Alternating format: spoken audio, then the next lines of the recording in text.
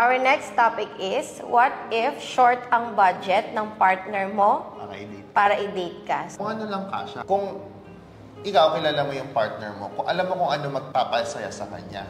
Pero kung yung nag-uumpisa pa lang kayo o kaya nandun pa kayo sa stage ng buhay na parehas pa kayong walang kaya o kaya nag-aaral pa, ano lang yan, moments lang. Spend time together lang. Instead na gumastos. Correct. Wala pa ng budget eh. Correct. Punta kayo sa park o holding hands while walking. Technically, ang ano lang dyan, sinasabi ko nga, sa susunod, pagandaan mo na.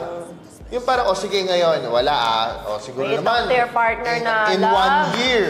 Ganun na, next time. Sorry, wala tayong ngayon, date muna. Pero love, gusto mo... Love, di mo kasi tag na love. Sino nila love? Bakit ito dyan? Nga, yung sasabihin mo lang sa partner mo kung wala talagang budget. Explain mo na agad, set mo na agad. Hindi ka nakikinig.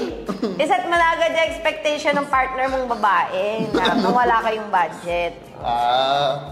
Para wala siyang i-expect. Para hindi naman ma-hurt.